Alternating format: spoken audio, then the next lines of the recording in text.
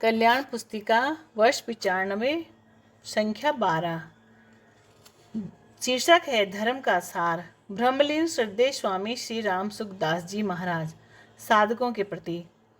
श्रूयताम धर्म सर्वस्वयं श्रुत्वा चैवावधार्यताम आत्मना प्रतिकूलानि परेशान न समाचरेत। पद्म पुराण। धर्म सर्वस्व अर्थात पूरा का पूरा धर्म थोड़े में कह दिया जाए तो वह उतना ही है कि जो बात अपने प्रतिकूल हो वह दूसरों के प्रति मत करो।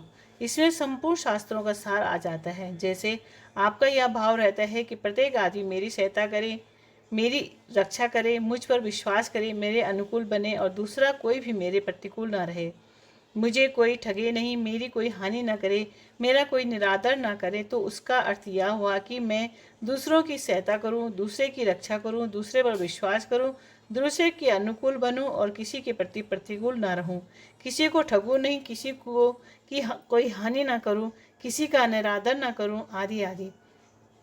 इस प्रकार आप स्वयं अनुभव का आदर करें तो आप पूरे धर्मात्मा बन जाएंगे। मेरी कोई हानि न करे यह अपने हाथ की बात नहीं है, पर मैं किसी की हानि न करूं यह अपने हाथ की बात है। सबके सब मेरी सहायता करें यह मेरी हाथ की बात नहीं है, पर इस बात से यह सिद्ध होता है कि मैं सबकी सहायता करूं। मेरे साथ जिनका काम पड़े उनकी सहायता करने वाला मैं बन जाऊं, मुझे कोई बुरा ना समझे। इससे यह शिक्षा लेनी चाहिए कि मैं किसी को बुरा ना समझूं। यह अनुभव सिद्ध बात है। कोई भी मुझे बुरा ना समझे यह अपने हाथ की बात नहीं है, पर मैं किसी को बुरा ना समझूं यह अपने हाथ की बात है। जो अपने हाथ की बात है उसे करना ही धर्म का अनुष्ठान है। ऐसा करने वाला पूरा धर्मात्मा बन जाता है। जो धर्मात्मा होता है उसे सब चाहते हैं, उसकी सबको आवश्यकता होती रहती है। आदमी किसे नहीं चाहता। जो स्वार्थी होता है, मतलबी होता है, दूसरों की हानि करता है, उसे कोई नहीं चाहता। परंतु जो तन से, मन से, वचन से, धन से, विद्या से, योग्यता से, पद से, अधिकार से दूसरों का भला करता है, जिसके हृदय में सबकी सहायता करने का, सबको सुख पहुंचाने का भाव है, उसे सब लोग चाहने लगते हैं। जिसे सब लोग चाहते हैं वह अधिक सुखी रहता है। कारण कि अभी अपने सुख के लिए अकेले हम ही उद्योग कर रहे हैं तो उसमें सुख थोड़ा होगा, पर दूसरे सबके सब हमारे सुख के लिए उद्योग करेंगे तो हम सुखी भी अधिक होंगे और लाभ भी अधिक होगा। सबके सब हमारे अनुकूल कैसे बने कि हम किसी के भी प्रतिकूल न बने, किसी के भी विरुद्ध काम न करें। अपने स्वार्थ के लिए अथवा अभिमान में आकर हम दूसरे का निरादर कर दें, तिरस्कार कर दें, अपमान कर दें और दूसरे को बुरा समझें, तो फिर दूसरा हमारा आदर सम्मान करे, हमें अच्छा समझे, इसके योग्य हम नहीं हैं। जब तक हम किसी को बुरा आदमी समझते हैं तब तक हमें कोई बुरा आदमी न समझे इस बात के हम हकदार नहीं होते। इसके हकदार हम तभी होते हैं जब हम किसी को बुरा न समझे। अब कहते हैं कि बुरा कैसे न समझे, उसने हमारा बुरा किया है, हमारे धन की हानि की है, हमारा अपमान किया है, हमारी निंदा की है, तो इस पर आप थोड़ी गंभीरता से विचार करें। उसने हमारी जो हानि की है वह होने वाली थी, हमारी हानि न होने वाली हो और दूसरा हमारी हानि कर दे, यह तो हो ही नहीं सकता। परमात्मा के राज्य में हमारी जो हानि होने वाली नहीं थी, उस परमात्मा के रहते हुए दूसरा हमारी वह हानि कैसे कर देगा। हमारी तो वही हानि हुई जो अवश्यंभावी थी। दूसरा उसमें निमित्त बनकर पाप का भागी बन गया, अतः उस पर दया करनी चाहिए। यदि वह निमित्त न बनता तो भी हमारी हानि होती, हमारा अपमान होता। वह स्वयं हमारी हानि करके, हमारा अपमान करके पाप का भागी बन गया, तो वह भूला हुआ है। भूले हुए को रास्ता दिखाना हमारा काम है या धक्का देना। कोई गड्ढे में गिरता हो तो उसे बचाना हमारा काम है या उसे धक्का देना। अतः उस बेचारे को बचाओ कि उसने जैसे हानि की है, मेरी हानि की है, वैसे किसी और की हानि न कर दे। ऐसा भाव जिसके भीतर होता है वह परमात्मा होता है, धर्मात्मा होता है, श्रेष्ठ पुरुष होता है। गीत गोविंद की रचना करने वाले पंडित जयदेव एक बड़े अच्छे संत हुए हैं। एक राजा उन पर बहुत भक्ति रखता था और उनका सब प्रबंध अपनी ओर से ही किया करता था। जयदेव जी त्यागी थे और गृहस्थ होते हुए भी मुझे कुछ मिल जाए, कोई धन दे दे, ऐसा नहीं चाहते थे। उनकी स्त्री भी बड़ी विलक्षण पतिव्रता थी, क्योंकि उनका विवाह भगवान ने करवाया था। उनकी स्त्री बड़ी ही विलक्षण पतिव्रता थी, क्योंकि उनका विवाह भगवान ने करवाया था। वे विवाह करना चाहते नहीं थे। एक दिन की बात है, राजा ने उन्हें बहुत सा धन दिया, लाखों रुपयों के रत्न दिए। उन्हें लेकर वे वहां से रवाना हुए और घर की ओर चले। रास्ते में जंगल था। डाकुओं को इस बात का पता लग गया। उन्होंने जंगल में जयदेव को घेर लिया और उनके पास जो धन था वह सब छीन लिया। डाकुओं के मन में आया कि यह राजा का गुरु है, कहीं जीता रह जाएगा तो हम लोगों को पकड़वा देगा। अतः उन्होंने जयदेव के दोनों हाथ काट लिए और उन्हें एक सूखे कुएं में गिरा दिया। जयदेव कुएं के भीतर पड़े रहे। एक दो दिन के बाद राजा जंगल में आया। उसके आदमियों ने पानी लेने के लिए कुएं में लोटा डाला तो वे कुएं में से बोले कि भाई ध्यान रखना, मुझे लग न जाए, इसमें जल नहीं है, क्या करते हो। उन लोगों ने आवाज़ सुनी तो बोले कि यह आवाज़ तो पंडित जी की है। पंडित जी यहाँ कैसे आए। उन्होंने राजा से कहा कि महाराज, पंडित जी तो कुएं में बोल रहे हैं। राजा वहाँ गया, रस्सा डालकर उन्हें कुएं से निकाला तो देखा कि उनके दोनों हाथ कटे हुए हैं। उनसे पूछा गया कि यह कैसे हुआ तो वे बोले कि भाई देखो, जैसा हमारा प्रारब्ध था वैसा ही हो गया।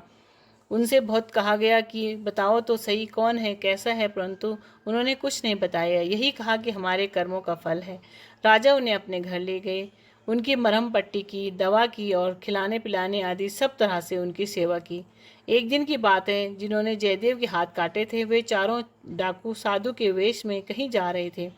उन्हें राजा ने भी देखा और जयदेव ने भी। जयदेव ने उन्हें पहचान लिया कि ये वही डाकू हैं। उन्होंने राजा से कहा कि देखो राजन, तुम धन लेने के लिए बहुत आग्रह किया करते हो। यदि धन देना हो तो वे जो चारों आदमी जा रहे हैं वे मेरे मित्र हैं, उन्हें धन दे दो। मुझे धन दो या मेरे मित्रों को दो, एक ही बात है।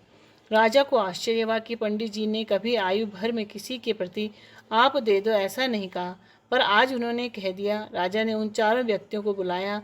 वे आए और उन्होंने देखा कि हाथ कटे हुए पंडित जी वहाँ बैठे हैं तो उनके प्राण सूखने लगे कि अब कोई विपत्ति आएगी, अब ये हमें मरवा देंगे। राजा ने उनके साथ बड़े आदर का बर्ताव किया और उन्हें खजाने में ले गया। उन्हें सोना चांदी मोहरे आदि खूब दिए। लेने में तो उन्होंने खूब धन ले लिया, पर पास में बोझ अधिक हो गया। अब क्या करें, कैसे ले जाएं। तब राजा ने अपने आदमियों से कहा कि इन्हें पहुंचा दो। धन को सवारी में रखवाया और सिपाहियों को साथ में भेज दिया। वे जा रहे थे। रास्ते में उन सिपाहियों में से जो बड़ा अधिकारी था, उसके मन में आया कि पंडित जी किसी को कभी देने के लिए कहते ही नहीं हैं और आज देने के लिए कह दिया तो बात क्या है। उसने उनसे पूछा कि महाराज, आप बताओ कि आपने पंडित जी का क्या उपकार किया है। पंडित जी के साथ आपका क्या संबंध है। आज हमने पंडित जी के स्वभाव के विरुद्ध बात देखी है। बहुत वर्षों से देखता हूँ कि पंडित जी किसी को ऐसा नहीं कहते कि तुम इसे दे दो, पर आपके लिए ऐसा कहा तो बात क्या है। वे चारों आपस में एक दूसरे को देखने लगे, फिर बोले कि एक दिन मौत के मुंह में जा रहे थे तो हमने इन्हें मौत से बचाया था। इससे उनके हाथ भी कटे, नहीं तो गला कट जाता। उस उपकार का ये बदला चुका रहे हैं। उनकी इतनी बात पृथ्वी सह नहीं सकी। पृथ्वी फट गई और वे चारों व्यक्ति पृथ्वी में समा गए। सिपाहियों को बड़ी कठिनाई हो गई कि अब धन कहाँ ले जाएं।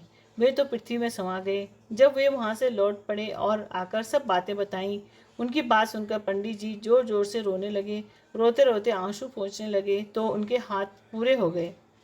यह देखकर राजा को बड़ा आश्चर्य हुआ कि यह क्या तमाशा है, हाथ कैसे आ गए। राजा ने सोचा कि वे इनके कोई घनिष्ठ मित्र थे, इसीलिए उनके मरने से पंडित जी रोते हैं।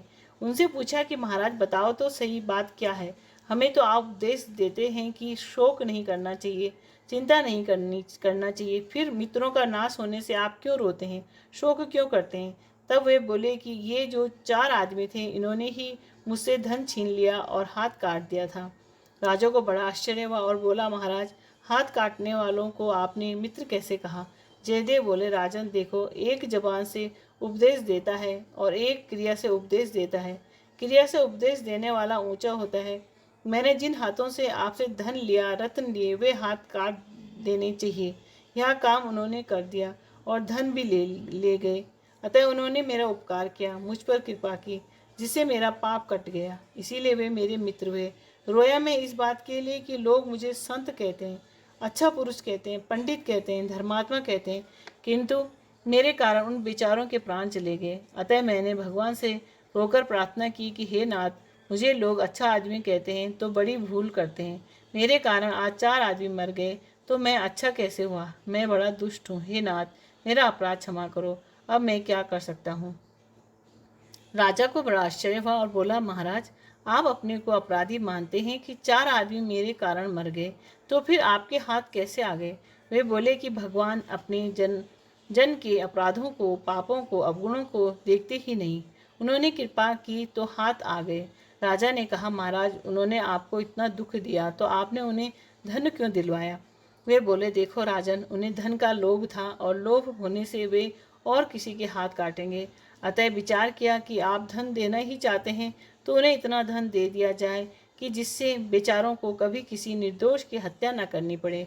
मैं तो सदोष था, इसीलिए मुझे दुख दे दिया, परंतु वे किसी निर्दोष को दुख न दे, इसीलिए मैंने उन्हें भरपेट धन दिलवा दिया।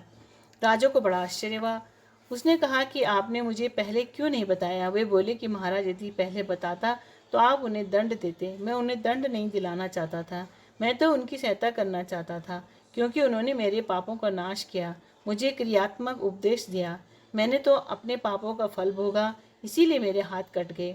नहीं तो भगवान के दरबार में भगवान के रहते हुए कोई किसी को अनुचित दंड दे सकता है?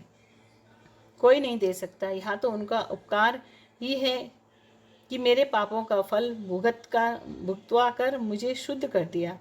इस कथा से सिद्ध होता है कि सुख या दुख को देने वाला कोई दूसरा नहीं है। कोई दूसरा दुख सुख देता है, यह समझना कुबुद्धि है। सुखस्य दुखस्य न को अपि दाता परो ददाति कुबुद्धि रेशा। अध्यात्म रामायण का वाक्य है ये। दुख तो हमारे प्रारब्ध से मिलता है, पर उसमें कोई निमित्त बन जाता है तो उस पर दया करनी चाहिए कि बेचारा व्यर्थ में ही पाप का भागी बन गया। रामायण में आता है कि वनवास के लिए जाते समय रात्रि में श्री राम जी निषाद राज गुह के यहाँ ठहरे। निषाद राज ने कहा, कैकई नंदनी मंदमती कठिन कुटिल पनुकीन, जेहि रघुनंदन जानकी ही सुख अवसर दुख दीन। तब लक्ष्मण जी ने कहा, काहू न को सुख दुख कर दाता, निज कृत कर्म भोग सब भ्राता। अतः दूसरा मुझे दुख देता है, मेरा अपमान करता है, मेरी निंदा करता है, मुझे कष्ट पहुंचाता है, मेरी हानि करता है, ऐसा जो विचार आता है वह कुबुद्धि है, नीची बुद्धि है। वास्तव में दोष उसका नहीं है, दोष है हमारे पापों का, हमारे कर्मों का। इसीलिए परमात्मा के राज्य में कोई हमें दुख दे ही नहीं सकता। हमें जो दुख मिलता है वह हमारे पापों का ही फल है। पाप का फल भोगने से पाप कट जाएगा और हम शुद्ध हो जाएंगे। अतः कोई हमारी हानि करता है, अपमान करता है, निंदा करता है, तिरस्कार करता है, वह हमारे पापों का नाश कर रहा है। ऐसा समझकर उसका उपकार मानना चाहिए, प्रसन्न होना चाहिए। किसी के द्वारा हमें दुख हुआ तो वह हमारे प्रारब्ध का फल है, परंतु यदि हम उस आदमी को खराब समझेंगे, अन्य समझेंगे, उसकी निंदा करेंगे, तिरस्कार करेंगे, दुख देने की भावना करेंगे तो अपना अंतःकरण मैला हो जाएगा, हमारी हानि हो जाएगी। इसीलिए संतों का यह स्वभाव होता है कि दूसरा उनकी बुराई करता है तो भी वे उसकी भलाई करते हैं। उमा संत कई यह बढ़ाई, मंद करत जो करई भलाई।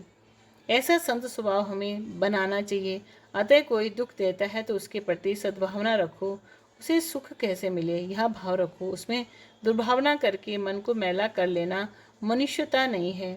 इसीलिए तन से, मन से, वचन से सबका हित करो, किसी को दुख न दो। जो तन मन वचन से किसी को दुख नहीं देता वह इतना शुद्ध हो जाता है कि उसका दर्शन करने से पाप नष्ट हो जाते हैं। तन कर मन कर वचन कर, देत न काहु दुख, तुलसी पातक हरत है देखत उसको मुख। नारायण नारायण नारायण। सा जातो एन जातेन याति वंशा समुन्नति नतिम, परिवर्तिनी संसारे मृता को वा न जायते।